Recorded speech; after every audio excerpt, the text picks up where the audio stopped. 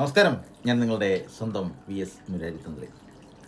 കുടുംബജീവിതത്തിൽ പലവിധ ദുരിതങ്ങൾ കൊണ്ട് കഷ്ടപ്പെടുന്നവരാണോ നിങ്ങൾ? എങ്കിൽ അതിന് ലഘുവായ ഒരു പരിഹാരം പറഞ്ഞു തരാം. നമ്മൾ ഏറെ ആൾക്കാരും ഭാര്യാഭർത്തൃ കലഹം, മാനസികമായ ബുദ്ധിമുട്ടുകൾ, സഹോദര സ്ഥാനീയർ തമ്മിലുള്ള സ്വത്ത് സംബന്ധമായും ധനസംബന്ധമായുമുള്ള വിഷയങ്ങൾ, മനോദുരിതങ്ങൾ, തൊട്ട് അടുത്ത് ഉള്ള ചില നക്ഷത്രക്കാരുമായുള്ള ചില തരത്തിലുള്ള പ്രശ്നങ്ങൾ, ഇവയെല്ലാം എല്ലാവരുടെയും ജീവിതത്തിൽ വന്നു ഭവിക്കുന്ന ഒന്നാണ്. ഇതിനൊക്കെയും ലഘുവായ ചില പരിഹാരങ്ങൾ ജ്യോതിഷവിധി പ്രകാരം ഉണ്ട്. നമ്മൾ എപ്പോഴും ചിന്തിക്കുന്ന ഒരു കാര്യമാണ്, അവർക്ക് നല്ല മാറ്റമുണ്ട്, ഞങ്ങൾക്ക് ഒരു മാറ്റവുമില്ല. ഞങ്ങളുടെ വീട്ടിലെ നക്ഷത്രം തിരുവോണക്കാരാണ് കൂടുതലുള്ളത്, അവരുടെ വീട്ടിലും തിരുവോണക്കാരാണ്, പക്ഷേ അവരുടെ വീട്ടിൽ വളരെയേറെ മാറ്റങ്ങളും ഉയർച്ചയും ഉണ്ട് എന്നൊക്കെ നമ്മൾ ചിന്തിക്കാറുണ്ട്. നമ്മൾ ചിന്തിക്കേണ്ട ഒരു കാര്യം, മറ്റൊരാൾക്ക് കിട്ടുന്ന ഗ്രഹസ്ഥിതി പ്രകാരമുള്ള പോസിറ്റീവുകൾ അയാൾ ചെയ്യുന്ന കർമ്മത്തിൻ്റെ ഫലം കൊണ്ടാവാം. നമ്മൾ അത്തരം കർമ്മങ്ങൾ ചെയ്യാൻ ശ്രമിക്കുക. മറ്റൊരാളെ ചിന്തിച്ച് നമ്മൾ ജീവിച്ചിട്ട് കാര്യമില്ല. ഓരോ വ്യക്തിയുടെയും ഗൃഹം ക്ഷേത്രമാക്കി മാറ്റാൻ അവനവൻ തന്നെ ശ്രമിക്കുക. അത് ഹിന്ദുവെന്നോ മുസൽമാനെന്നോ ക്രിസ്ത്യാനിയെന്നോ ഇല്ല.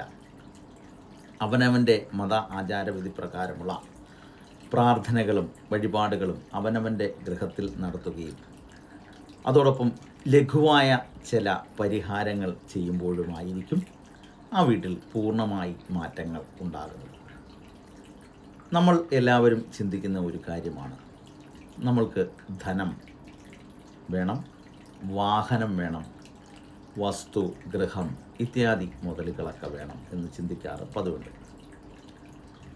ഇത് എങ്ങനെ നമ്മൾക്ക് പ്രാവർത്തികമാക്കി എടുക്കാം എന്ന് പലരുടെയും ചിന്തയിൽ വരാറുള്ള ഒരു കാര്യവുമാണ്.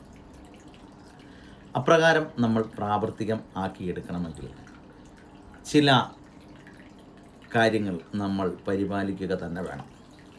ഇപ്പം നമ്മുടെ വീടായിക്കോട്ടെ, കിടപ്പ് മുറിയായിക്കോട്ടെ, ഭക്ഷണമുറി ആയിക്കോട്ടെ, എന്തു തന്നെയായാലും വീടിനകത്ത് വളരെയേറെ വൃത്തിയും ശുദ്ധിയും പരിപാലിക്കേണ്ട ഒരു അവസ്ഥ ഉണ്ട്. നമ്മൾ ഓരോ വ്യക്തികളും ചില വീടുകളിൽ ചെല്ലുമ്പോൾ അലക്ഷ്യമായി വാരിയിട്ടിരിക്കുന്ന പല സാധനങ്ങളും കാണാറുണ്ട്.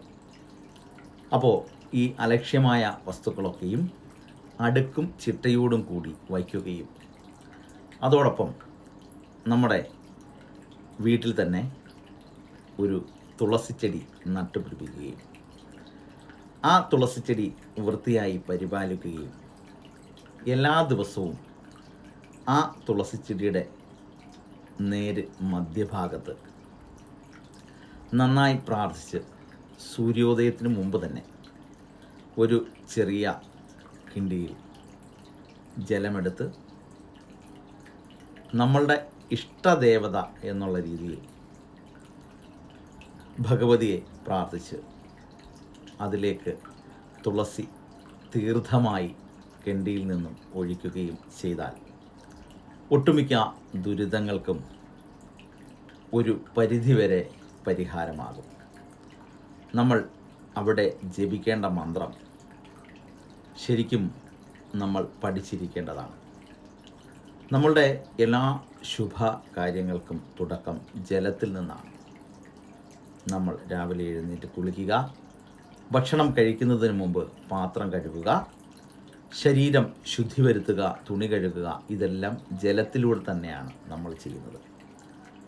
നമ്മൾ മനസ്സിൽ സങ്കല്പിച്ച് സപ്തസാഗരങ്ങളെ ആവാഹിച്ച് ഈ കിണ്ടിയിലെ വെള്ളത്തിലേക്ക് കൊണ്ടുവരുന്ന ഒരവസ്ഥ, അതിനുശേഷം ആ ജലം തുളസിയുടെ തണ്ടിലൂടെ, മധ്യത്തിലുള്ള തണ്ടിലൂടെ താഴേക്കൊഴുകുന്ന ഒരവസ്ഥ, ഇത് രണ്ടും നമ്മുടെ ധനാഗമനത്തെ കൃത്യമായി പരിഹരിക്കാനുള്ള ഒരു മാർഗവും വീട്ടിലെ ഐക്യത കുറവും മാനസികമായ പ്രതിസന്ധികളും ഒക്കെ മാറാനുള്ള ചെറിയ ഒരു പരിഹാരമാണ്. അപ്പോൾ ആ മന്ത്രം ഇങ്ങനെയാണ്: ഗംഗേജ യമുനേ ചൈവ ഗോദാവരി സരസ്വതി നർമ്മദേ സിന്ധു കാവേരി ജലേ അസ്മിൻ സന്നിധിം ഗുരും ഇമാ പാപ ശിവാസന്തു ശുഭാശുദ്ധാച്ച നിർമ്മല പാവനാ ശീതള ശിവ ഭൂതാ സൂര്യശ്യരശ്മിയും.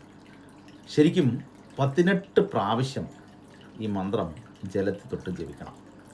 അതിനുശേഷം തുളസിയുടെ തണ്ടിലൂടെ ഒഴിക്കുക. ഇപ്രകാരം ചെയ്ത് ഗുണം സിദ്ധിച്ചവർ ഒരുപാട് പേരുണ്ട്. എല്ലാവരും ഇതൊന്ന് ചെയ്യാൻ ശ്രമിക്കുക.